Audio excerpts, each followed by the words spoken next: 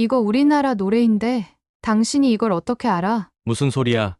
이건 한국에서 엄청 유명한 노래야. 어린 시절에 다들 불렀어. 아니, 한두 곡도 아니고 이 많은 곡이 전부 한국에서 만들어졌다고? 말 같지도 않은 소리 좀 하지 마. 여기 한 중국인 여자가 못마땅한 표정으로 고개를 절레절레 흔들고 있는데요. 과연 이곳에서는 어떤 일이 벌어진 것일까요? 한국 호랑이. 안녕하세요. 저는 베이징에서 살고 있는 20살 왕유친이라고 해요. 저희 부모님은 중국 군의 의장대로 한평생을 살아오셨어요. 의장대는 부모님께 단순한 직업이 아니라 삶의 전부였다고 할 수 있지요. 두 분께서는 의장대에서 함께 생활하시며 사랑을 키워오셨고 결국 결혼까지 하셨답니다. 그렇게 제가 태어나게 되었지요. 부모님께서는 어릴 적부터 저에게 의장대 이야기를 자주 들려주셨어요. 두 분 모두 의장대에서 보여주는 퍼레이드와 제식 동작, 깔끔하게 다려진 군복을 무척 자랑스러워하셨답니다. 자연스럽게 부모님께서는 제가 성장해 의장대에 입대하여 중국 군의 위상을 세계에 널리 알리기를 바라셨어요. 그런 부모님은 저에게 늘 중국 군대의 위대함을 강조하셨습니다. 왕유친,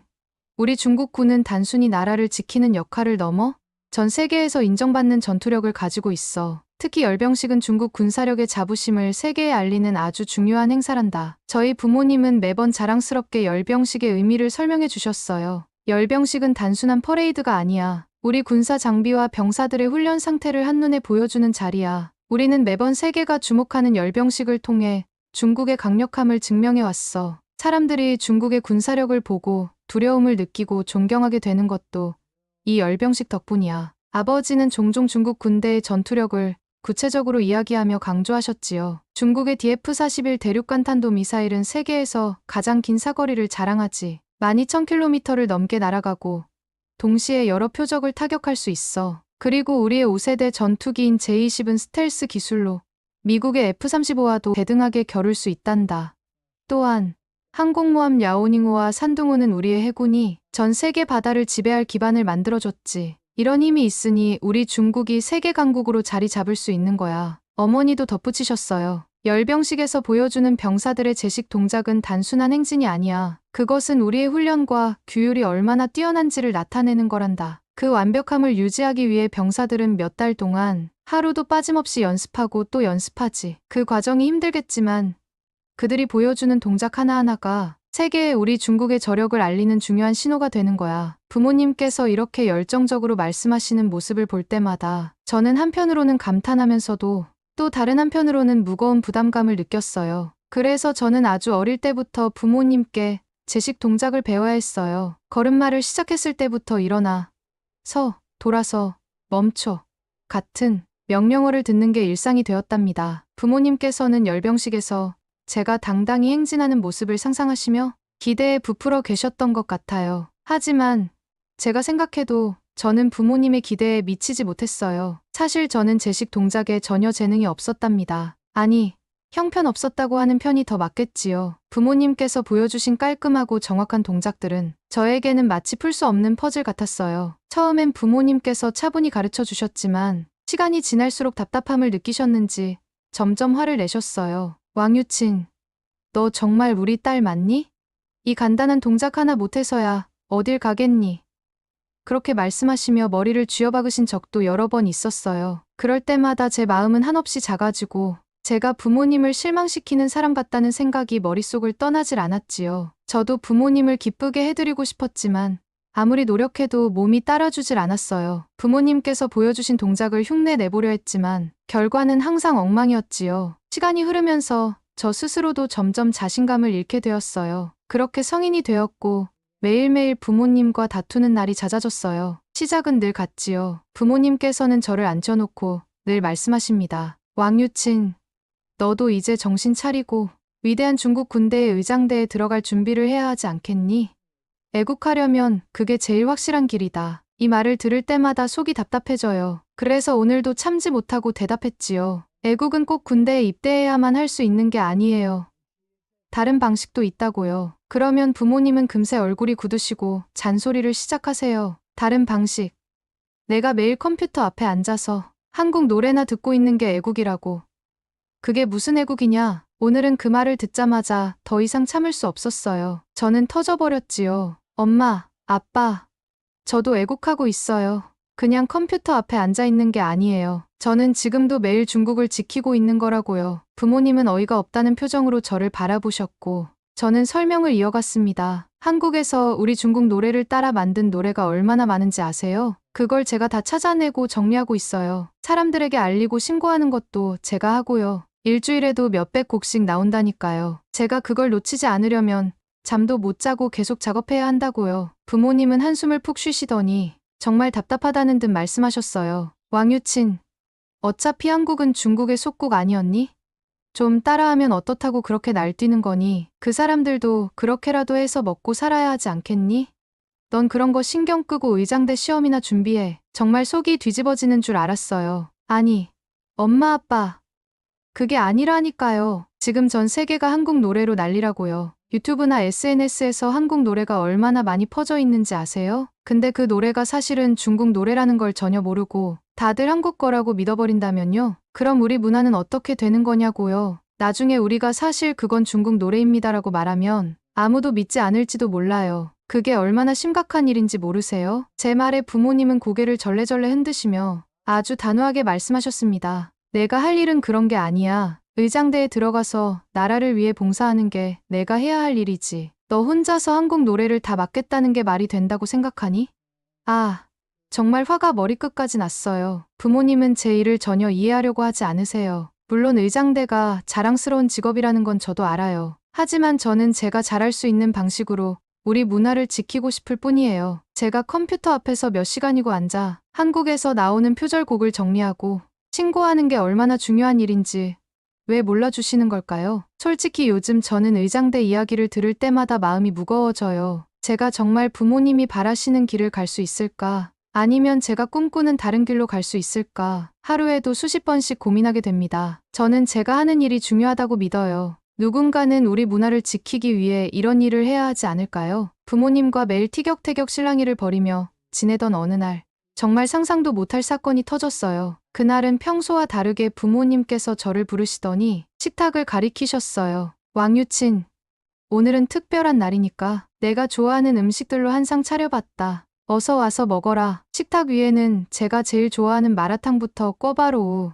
그리고 제가 몇 번이고 노래를 불렀던 딸기 생크림 케이크까지 놓여 있었어요. 심지어 어머니께서는 꽃다발까지 들고 계셨지요. 저는 순간 뭔가 잘못 봤나 싶어 눈을 비볐어요. 엄마, 아빠, 이게 다 뭐예요? 오늘 무슨 날이에요? 제 생일도 아니고 기념일도 아닌데요. 부모님은 마치 서프라이즈를 준비한 사람처럼 환히 웃으며 말씀하셨어요. 오늘은 왕유친, 너희 새로운 시작을 축하하는 날이야. 그래서 내가 좋아하는 걸로 준비했지. 새로운 시작이라니. 저는 도저히 무슨 말인지 이해가 안 됐어요. 새로운 시작이요? 대체 무슨 일이에요? 제가 뭘 시작하게 된다는 건데요. 그때 아버지가 자리에서 일어나시더니 작은 봉투 하나를 꺼내 제게 건네셨어요. 이걸 보면 알게 될 거다. 봉투를 받은 저는 순간 가슴이 두근거렸어요. 뭐지? 설마 장난은 아니겠지. 봉투를 조심스럽게 열어본 순간 제 눈앞에는 선명하게 적힌 단어들이 보였어요. 중국 국군 의장대 합격 통지서. 뭐라고요? 저는 손에 든 종이를 다시 읽고 또 읽었어요. 믿을 수가 없었거든요. 아빠, 이게 뭐예요? 제가 의장대에 지원한 적 없잖아요. 그때 아버지께서 아주 당당하게 말씀하셨지요. 왕유친, 내가 이제 20살이 됐잖니. 여군에 지원할 수 있는 나이가 되었으니까 우리가 알아서 지원해 둔 거야. 저는 멍하니 그 말을 듣다가 도저히 참을 수 없어서 소리쳤어요. 뭐라고요? 제가 지원도 안 했는데 어떻게 합격 통지서가 나와요? 이게 대체 무슨 말이에요? 그제야 어머니께서 살짝 민망한 표정으로 말씀하셨어요. 왕유친, 사실 우리가 조금 도움을 받았지. 의장대 고위 간부에 로비를 해서 내 합격서를 받아온 거야. 그러니까 이제 내가 할 일은 하나야. 열심히 훈련받아서 훌륭한 의장대원이 되는 것. 뒷돈을 썼다고요? 저는 거의 기절할 뻔했어요. 엄마, 아빠, 그게 무슨 소리예요? 제가 의장대에 가고 싶다고 한 적도 없잖아요. 게다가 돈까지 써서 억지로 합격시키다니. 이게 말이 돼요? 아버지는 고개를 끄덕이며 대답했어요. 유친아, 너희 엄마랑 나는 내가 이 길을 걷는 게 내 인생의 가장 좋은 선택이라고 생각했단다. 내가 우리처럼 의장대원이 되는 건 우리 가족의 자랑이고 나라를 위한 봉사잖니. 아니요. 저는 그런 선택을 한 적 없어요. 저는 너무 화가 나서 목소리가 떨렸어요. 엄마, 아빠, 제가 매일 뭐 하는지 보셨잖아요. 한국이 표절한 노래를 조사하고 우리 문화를 지키기 위해 노력하는 게 제 일이라고요. 그런데 갑자기 의장대라뇨? 제가 무슨 로봇인가요? 왜 저를 제 뜻도 없이 의장대로 밀어넣으세요? 부모님은 한숨을 쉬시며 말씀하셨어요. 왕유친, 그게 내 인생의 가장 좋은 길이야. 내가 지금 무슨 일을 하는지 우리는 잘 몰라도 의장대원이 되면 내 인생은 훨씬 나아질 거야. 부모로서 당연히 널 위해 선택한 거란다. 저는 그 말을 듣고 정말 속이 뒤집어질 것 같았어요. 아니요. 저도 저만의 방식으로 나라를 지킬 거예요. 억지로 합격시켜 놓은 건 진짜 말도 안 돼요. 저는 의장대 합격 통지서를 찢어버리곤 방으로 들어갔어요. 그 후로 저는 방에 틀어박혀 식음을 전폐했어요. 아무리 생각해도 이건 아니었어요. 어떻게 제 허락도 없이 의장대에 억지로 밀어넣을 수 있단 말이에요. 부모님이 정말 싫었어요. 며칠 동안 방에서 나오지 않으니 부모님도 더 이상 저를 부르지 않으셨어요. 하지만 시간이 지날수록 이상한 점이 하나 있었습니다. 부모님께서 출근을 안 하시는 거예요. 제가 어릴 때부터 부모님은 비가 오나 눈이 오나 무조건 출근하셨거든요. 나라를 위해 하는 일에는 휴일도 없다고 하시며 주말에도 열심히 일하시던 분들이었어요. 그런데 이번엔 며칠째 집에 계시는 거예요. 그 모습이 점점 신경 쓰이기 시작했어요. 결국 너무 걱정이 돼서 방에서 나갔습니다. 엄마, 아빠, 설마 지금 내가 걱정돼서 출근 안 하는 거야? 뭐, 휴가라도 쓴 거야? 왜 출근을 안 해? 열병식도 얼마 안 남았다며 부모님은 잠시 서로를 쳐다보시더니 드디어 입을 여셨어요. 어머니가 조심스럽게 말했지요. 사실은 말이다. 왕유친, 너를 의장대에 합격시키려고 우리가 퇴직을 했단다. 뭐라고요? 퇴직을 했다고요? 저는 그 말을 듣고 깜짝 놀라서 소리를 질렀어요. 그럴 리가 없다고 생각했거든요. 평생을 의장대에 바친 분들이 갑자기 퇴직이라니요. 아버지가 담담하게 말을 이으셨습니다. 요즘 중국 정부에서는 희망퇴직을 권고하고 있거든. 그리고 너를 의장대에 보내려면 돈이 필요하니까 우리 둘 다 퇴직을 했지. 약간의 퇴직금과 모아둔 돈을 써서 의장대 고위 간부 장비서에게 뒷돈을 찔러줬단다. 뭐라고요?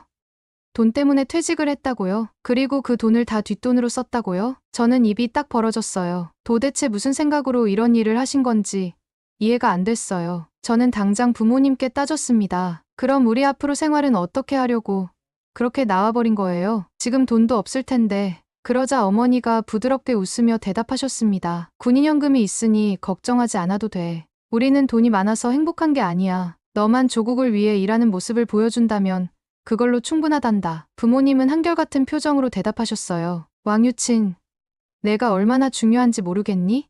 너는 우리 인생의 자랑이고 희망이야. 내가 의장대에 들어가서 조국을 위해 헌신하는 모습을 보는 게 우리가 꿈꾸던 일이란다. 우리가 살아온 삶을 내가 이어갈 수 있다면 더 이상 바랄 게 없지. 저는 그 말을 듣고 더 이상 어떤 말도 할 수 없었어요. 부모님은 너무나도 확신에 차 있었고 제가 무슨 말을 해도 들을 것 같지 않았어요. 머릿속은 혼란스러웠고 가슴은 답답해서 터질 것 같았어요. 그렇게 저는 며칠 동안 고민 끝에 결국 부모님의 뜻을 따르기로 했어요. 좋아요. 엄마 아빠, 의장대 들어갈게요. 부모님은 그제야 환하게 웃으셨죠. 어머니는 저를 끌어안으며 기뻐하셨고 아버지는 흐뭇한 표정으로 말씀하셨습니다. 그래.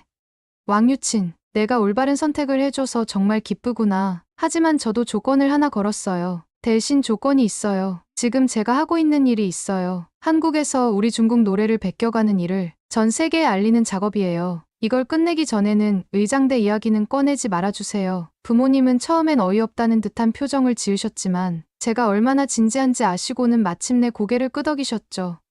좋아. 그 일이 그렇게 중요하다면 마무리해. 하지만 그 이후에는 의장대 훈련에 전념해야 한다. 알겠지?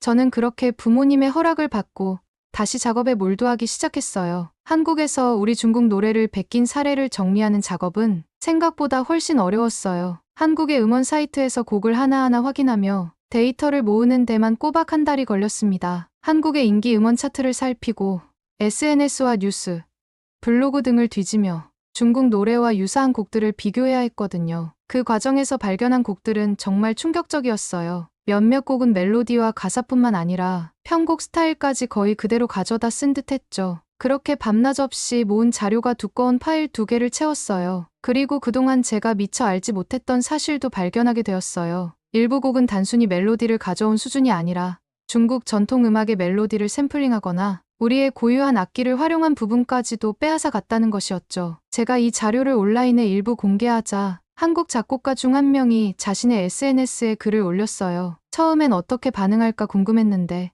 그 내용은 제 기대와 완전히 달랐습니다. 중국에서 또 무슨 일이래? 대응할 가치도 없는 이야기다. 참 재밌네. 그는 화를 내기는커녕 비웃고 있었어요. 마치 제가 괜히 난리를 치고 있다는 듯이 말이에요. 그 글이 올라오자마자 한국 네티즌들은 그의 편을 들며 저를 조롱하기 시작했어요. 중국이 무슨 창작권을 얘기해? 전 세계 짝퉁의 왕이면서 중국인들이 창작에 관심이 있었다니. 놀랍네. 이런 반응에 저는 처음엔 화가 나고 억울했지만 곧 마음을 다잡았어요. 좋아. 그렇게 비웃어라. 내가 이번 일을 반드시 마무리해서 진실을 밝힐 거야. 한 달간의 자료 정리가 끝난 뒤 저는 모든 자료를 모아 중국 저작권 협회에 보냈습니다. 협회 담당자는 자료를 보자마자 감탄을 금치 못하며 말했어요. 왕유친 씨, 이 자료는 굉장히 가치 있는 정보네요. 단순히 표절 신고로 끝낼 일이 아니라 국제 소송으로도 이어질 가능성이 높습니다. 이 자료는 분명 논문으로 만들어져야 해요. 중국 사람들이 우리 문화를 소중히 여기는 계기가 될 겁니다. 그 말을 듣는 순간 제 가슴이 벅차올랐어요. 이 작업이 단순히 한국의 표절을 알리는 수준을 넘어 중국 문화의 가치를 다시 한번 세계에 알릴 수 있는 계기가 될 거라 생각했습니다. 매일같이 자료를 정리하며 조사하는 데 모든 시간을 쏟고 있던 어느 날, 정말 뜻밖의 일이 벌어졌습니다. 그날도 저는 노트북 앞에 앉아 음원 사이트를 뒤지며 자료를 추가하고 있었어요. 한참 집중하고 있는데 갑자기 집안의 모든 불이 꺼져버렸습니다. 또 정전이야?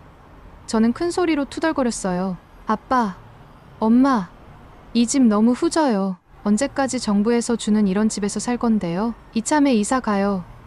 이제 퇴직하셨으니까 좀 좋은 데로 가자고요. 촛불을 찾아 켜고는 불빛 아래에서 혼자 툴툴댔습니다. 그런데 베란다 쪽으로 눈을 돌린 순간 저는 눈을 의심했어요. 이게 뭐야? 밖을 보니 다른 집들은 다 불이 켜져 있는 거예요. 전혀 정전이 아니었던 거죠. 저는 깜짝 놀라 아빠에게 달려갔습니다. 아빠, 이거 정전 아닌 것 같아. 우리 집만 불이 꺼져 있네. 뭐가 문제야? 그런데 아빠는 거실 식탁에 앉아 아무 말도 하지 않고 묵묵히 고개를 숙이고만 계셨어요. 아빠, 듣고 있어요? 뭐가 문제냐고요? 저는 점점 답답해졌고 그때 엄마가 방에서 나오셨어요. 얼굴에 어두운 그림자가 드리운 모습이었죠. 엄마는 잠시 망설이다가 말문을 여셨어요. 왕유친, 사실은 말이야. 우리 전기요금을 몇 달째 내지 못했어. 뭐라고요? 저는 엄마의 말을 듣고 충격에 빠졌어요. 전기요금을 못 냈다고요? 군인연금 나온다고 했잖아요. 그걸로 생활한다고 했잖아요. 엄마는 깊은 한숨을 내쉬며 고개를 저으셨어요. 우리도 그런 줄 알았지. 한두 달 연금이 안 나왔을 때는 단순히 행정적인 문제인 줄 알았어. 그런데 며칠 전에 군 사무국에 다녀왔는데 우리처럼 퇴직 후 연금을 못 받은 퇴역 군인들이 수백 명이나 있더라. 뭐라고요? 그게 무슨 말이에요? 엄마의 표정은 점점 더 심각해졌고 아빠는 여전히 고개를 숙인 채 아무 말도 하지 않으셨어요. 정부에서 우리에게 희망퇴직을 권고했을 때 우리는 그게 나라를 위한 일이라고 생각했어. 우리 후배들에게 자리를 물려주는 것도 애국이라고 믿었지. 그런데 알고 보니 이건 단순한 권고가 아니었어. 정부가 우리를 퇴직시키고 연금까지 지급할 여유가 없었던 거야. 나라가 우리 같은 퇴역 군인들을 제대로 챙길 수 없을 정도로 상황이 어려운 거였어. 저는 그 말을 듣고 가슴이 철렁 내려앉았어요. 그럼 우리 앞으로 어떻게 해요? 연금이 안 나오면 생활은 어떻게 하려고요? 돈도 다 의장대 뒷돈으로 썼잖아요. 엄마는 차마 제 눈을 마주치지 못하고 고개를 숙이셨어요. 솔직히 말하면 우리도 어떻게 해야 할지 모르겠다. 사실 아직 퇴직금도 다 못 받았거든. 내가 의장대에 들어가서 조국을 위해 헌신하는 모습을 보는 게 우리 삶의 마지막 보람이라고 생각했어. 그런데 지금은 그것도 모르겠구나. 저는 순간 말문이 막혔어요. 부모님이 의장대에 저를 넣으려고 얼마나 희생하셨는지 알고는 있었지만 이렇게까지 어려운 상황일 줄은 정말 상상도 못했어요. 그동안 부모님이 얼마나 큰 짐을 짊어지고 계셨는지 알게 되니 마음이 무거웠습니다. 부모님이 전기요금을 못 내서 정전이 됐다는 충격적인 사실을 듣고 저는 한동안 멍하니 서 있었습니다. 그때 갑자기 중국 저작권협회 센터의 장님이 하셨던 말씀이 떠올랐어요. 왕유친 씨, 만약 한국 저작권협회에 소송을 걸고 승소한다면 합의금으로 상당히 큰 돈을 받을 수 있을 겁니다. 이건 단순히 문화의 문제가 아니라 경제적인 가치를 가진 싸움이에요. 그 말이 제 머릿속에서 떠나지 않았어요. 저는 곧바로 부모님께 말했죠. 엄마, 아빠, 방법이 있을 것 같아요. 제가 일을 제대로 끝내고 한국저작권협회를 상대로 소송을 걸어 이기면 큰 돈을 벌 수도 있어요. 그러면 전기요금도 내고 생활비도 해결할 수 있을 거예요. 부모님은 고개를 저으며 말하셨죠. 왕유친, 그런 게 정말 가능하겠니? 그건 시간이 오래 걸릴 거야. 그동안 우린 뭘 먹고 살겠니? 제가 해볼게요. 그러니까 조금만 기다려주세요. 하지만 문제는 당장 전기가 끊긴 집에서 컴퓨터로 작업을 할 수 없다는 거였어요. 저는 고민 끝에 컴퓨터를 챙겨 옆동에 사는 친구 집으로 향했어요. 친구는 절 반갑게 맞아주었어요. 유친아, 웬일이야? 갑자기 무슨 일이야? 저는 친구에게 지금 우리 집 사정을 이야기했어요. 부모님이 의장대에 저를 넣기 위해 퇴직금을 로비에 썼다는 사실부터 퇴직 후 연금을 못 받아 전기요금조차 못 낸다는 얘기까지 전부 털어놨죠. 친구와 친구 부모님은 놀라움을 감추지 못했어요. 뭐라고? 너희 부모님이 퇴직금을 그런데 쓰셨다고? 설마 옆집 사람들이 연금을 못 받고 있을 줄은 몰랐네. 특히 친구의 아버지는 군인 출신이었기 때문에 더 놀라워하셨어요. 사실 우리도 퇴역 군인들이 연금을 못 받는 경우가 있다는 얘긴 들었어. 그런데 이렇게 가까운 이웃이 그런 일을 겪고 있을 줄은 상상도 못했구나. 게다가 못 받은 사람이 수백, 수천 명이라니. 이건 정말 심각한 문제야. 그렇게 이야기를 나누다 보니 친구의 어머니가 저를 위로하며 말했어요. 왕유친, 나라가 지금 경제적으로 어려워서 잠시 주춤하는 것뿐이야. 그래도 우리 군인들에게는 분명 최우선으로 문제를 해결해 줄 거야. 너희 부모님도 곧 좋은 소식을 들을 수 있을 거야. 그러니까 너무 걱정하지 말렴. 그 말이 조금은 위로가 되었어요. 친구네 가족의 도움 덕분에 저는 작업을 마무리할 수 있었고 곧바로 중국 저작권협회에 모든 자료를 제출했습니다. 협회장님은 자료를 검토한 후 제 손을 잡으며 말씀하셨죠. 왕유친 씨, 이 자료는 단순히 소송용으로 끝날 게 아니에요. 국제 소송으로 승소한다면 이건 중국인들에게 우리 문화를 더 소중히 여길 계기가 될 겁니다. 이 자료를 기반으로 논문도 작성해 학계에 기여할 수 있을 거예요. 정말 대단한 일을 하셨습니다. 그리고 며칠 뒤 저작권 협회에서 연락이 왔어요. 저는 한껏 기대에 부풀어 있었습니다. 드디어 제가 정리한 자료가 국제 소송으로 이어질 단계에 이르렀다고 생각했거든요. 하지만 센터장님은 조금 당황한 목소리로 말씀하셨어요. 왕유친 씨, 한국의 몇몇 악덕 기획사와 한국저작권협회에 연락을 취했는데 답변이 없네요. 아무리 이메일을 보내도 전화로 연락해도 전혀 반응이 없습니다. 저는 순간 얼어붙었어요. 자료를 넘긴 것만으로 끝난 줄 알았던 작업이 더 복잡한 문제로 번지고 있었거든요. 센터장님도 이 일을 국제적으로 진행해 본 적이 없었기 때문에 당황해하며 이렇게 물으셨어요. 저도 이런 케이스는 처음이라 막막합니다. 혹시 저와 함께 직접 한국에 가서 문제의 기획사와 한국저작권협회를 찾아보는 게 어떨까요? 순간 망설였지만 저는 더 이상 물러설 곳이 없다고 느꼈어요. 좋습니다. 한국에 가서 직접 확인해 볼게요. 그렇게 협회장님과 함께 한국행 비행기를 타게 되었어요. 출국 전 부모님께도 말씀드렸죠. 엄마, 아빠, 이제 끝이 보여요. 조금만 더 기다려주세요. 이 일만 마무리하면 제가 약속한 대로 의장대에 들어가서 열심히 훈련할게요. 부모님은 걱정 섞인 표정으로 고개를 끄덕이셨어요. 내가 하고 싶은 일을 끝내는 것도 중요하다. 하지만 조심해야 한다. 너 혼자서는 무리하지 말고 협회장님과 잘 협력해라. 그렇게 비행기를 타고 한국에 도착한 저는 처음부터 큰 벽에 부딪혔습니다. 모든 게 낯설고 어려웠어요. 무엇보다도 언어가 전혀 통하지 않아서 너무 힘들었지요. 협회장님과 준비해간 서류를 들고 기획사 몇 군데를 찾아갔지만 대부분 문전박대였습니다. 어느 한 기획사에서는 저희를 보고 이렇게 말했어요. 무슨 일로 오셨죠? 제가 서툴게 준비한 한국어로 설명을 시작하자 직원은 표정 하나 변하지 않고 단호하게 말했어요. 중국에서 왔다고요? 표절이요? 그런 일로는 상대하지 않습니다. 돌아가세요. 문이 닫히는 소리를 들으며 저는 차가운 현실을 느꼈습니다. 한국에서는 우리가 주장하는 문제가 아무도 중요하지 않은 듯 보였거든요. 한국저작권협회에 방문했을 때도 상황은 다르지 않았습니다. 협회 직원은 우리의 서류를 대충 훑어보더니 냉랭한 표정으로 말했어요. 이건 중국에서 주장하는 문제 아닙니까? 우리는 한국 내에서 해결해야 할 일이 많아서 국제적인 문제에 개입하기 어렵습니다. 하지만 이건 단순한 표절 문제가 아닙니다. 저는 필사적으로 항의했어요. 한국에서 중국 노래를 베껴서 전 세계적으로 퍼뜨리고 있는 겁니다. 이건 중국 문화에 대한 침해예요. 한국저작권협회가 이런 문제를 모른 척하면 안 되죠. 하지만 돌아오는 대답은 차갑기만 했어요. 이런 경우는 또 살다 살다 처음이군요. 중국에서 다 베껴간 노래를 우리가 베꼈다니 참으로 황당하군요. 어쨌든 저희가 처리할 수 있는 사안이 아니니 귀국해서 중국 법원에 제소하시죠. 이 말을 듣고 저는 화가 치밀어 올랐습니다. 어떻게 이렇게 푸대접을 할 수 있지? 중국의 속국이었던 나라에서 중국어를 안 쓰는 것도 어이없는데 이제는 우리의 주장을 들으려 하지도 않다니. 저는 그 자리에서 이를 악물고 다짐했어요.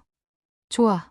이렇게 푸대접을 받았는데 소송에서 진다면 정말 억울할 거야. 어떻게든 한국에서 결판을 보고 돌아가겠다. 그날 밤 협회장님과 숙소로 돌아와 한국에서의 대응 방안을 논의하던 중 예상치 못한 사건이 벌어졌습니다. 한국의 한 유명 방송 프로그램에서 우리의 사례를 다룬 것이었습니다. 프로그램에서 문제의 작곡가가 출연해 이렇게 말했죠. 중국에서 이런 주장들을 하고 있다는 게 참 재미있습니다. 우리 곡을 따라했다는 건데 사실은 거꾸로 그쪽이 우리 걸 따라한 게 아닐까요? 이 발언은 단순히 비웃는 수준을 넘어서 한국 대중들 사이에서 큰 논란을 불러일으켰습니다. 방송 직후부터 SNS에는 우리를 비난하는 글들이 넘쳐났죠. 중국이 또 쇼를 한다. 우리나라를 폄하하려는 건지 뭔지. 저런 주장에 대응할 가치도 없다. 중국이 먼저 베껴놓고 무슨 소리야. 저는 그 반응을 보고 너무나도 억울하고 답답했지만 오히려 더 강하게 마음을 먹었어요. 이건 단순히 한두 곡의 문제가 아니에요. 중국 문화를 지키기 위한 중요한 싸움이에요. 절대 포기하지 않을 거예요. 한국에서 겪은 푸대접과 모욕적인 대우에 이어 마녀사냥 같은 여론까지 경험하며 저는 심적으로 완전히 지쳐 있었어요. 숙소에서 안절부절 못하며 다음에 할 일을 정리하고 자료를 검토하던 중 우연히 유튜브를 켜게 되었죠. 그때 한 영상이 눈에 들어왔어요. 이게 뭐지? 저는 관심이 생겨 영상을 재생했어요. 영상 속에는 한국인 남자와 중국인 여자 부부가 있었어요. 두 사람은 다정하게 대화를 나누다가 갑자기 노래를 주제로 이야기를 시작했어요. 한국인 남자가 갑자기 노래를 부르기 시작했는데 첫 곡부터 소름 돋는 일이 벌어졌습니다. 중국인 여자가 깜짝 놀라며 말했어요.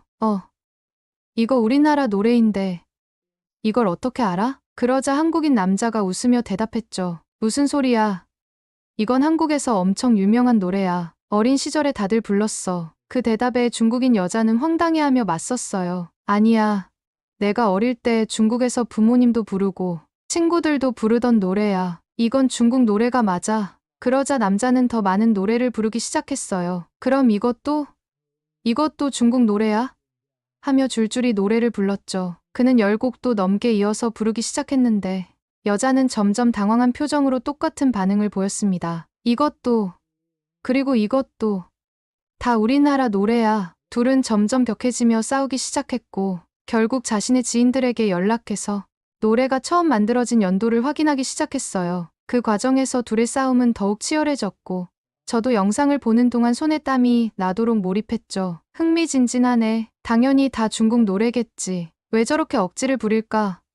저는 속으로 그렇게 생각하며 지켜봤어요. 하지만 결과는 제 예상을 완전히 뒤엎었어요. 놀랍게도 그들이 확인한 결과 부른 모든 노래가 한국에서 먼저 만들어진 노래였던 겁니다. 단 한 곡도 빠짐없이 말이죠. 그 노래들의 제작 시기는 충격적이었어요. 비슷한 시기였더라도 어느 정도 주장할 여지가 있었겠지만 대부분은 한국에서 몇 년, 심지어는 10년 전에 만들어진 노래들이었어요. 중국인 여자도 결국 모든 노래의 출처를 인정하며 패배를 받아들일 수밖에 없었고 둘은 웃으며 싸움을 마무리했어요. 그러나 저에게는 웃을 수 없는 일이었죠. 영상의 댓글창은 온통 재미있다, 웃기다는 반응으로 가득했어요. 역시 한국 음악의 위대함을 알 수 있는 싸움이었다. 중국인 여자분 귀엽네. 근데 사실은 사실이지. 이런 콘텐츠는 더 많이 나왔으면 좋겠네. 사람들이 웃고 즐기는 동안 저는 화면을 보며 오열했어요. 모든 게 허무했거든요. 그렇다면 내가 지금까지 조사한 자료들도 다 틀렸단 소리잖아. 이게 무슨 일이야. 제가 수집한 자료들을 떠올리니 머릿속이 하얘졌습니다. 그동안 밤낮 없이 정리하며 스스로 믿었던 진실이 완전히 뒤집힌 기분이었어요. 마치 제 인생 전체가 부정당하는 느낌이었죠. 저는 혼란스러움과 허탈감에 휩싸였고 이제 더 이상 이 일을 이어나가는 게 무의미하다는 결론에 이르렀어요. 결국 무거운 마음을 안고 집으로 돌아왔습니다. 부모님께 제 결정을 말씀드리기 위해서였죠. 엄마, 아빠, 저 당장 입대할게요. 더 이상 방법이 없어요. 부모님은 제 말을 듣고 잠시 말을 잇지 못하시더니 어머니가 조심스럽게 물으셨어요. 무슨 일이 있었니? 왕유친? 내가 이렇게 갑자기 결정을 내린 걸 보니 무척 큰 일이 있었던 것 같구나. 저는 울먹이며 한국에서 있었던 일을 설명하며 앞으로 계획을 말했어요. 저작권 소송은 이미 물 건너갔어요. 그리고 엄마, 아빠는 저를 위해 모든 걸 바치셨잖아요. 군인 월급이 크진 않지만 지금처럼 중국 정부에서 제공해주는 아파트에서 계속 살려면 다른 방법이 없어요. 제가 의장대에 들어가서 열심히 할게요. 지켜봐 주세요. 이상, 여기까지 왕유친의 이야기였습니다. 재미있게 들으셨나요? 다음에도 더 재미있고 감동적인 이야기를 원하신다면 좋아요와 댓글 부탁드립니다. 여러분의 응원 하나가 저에게는 큰 힘이 된답니다. 한국 호랑이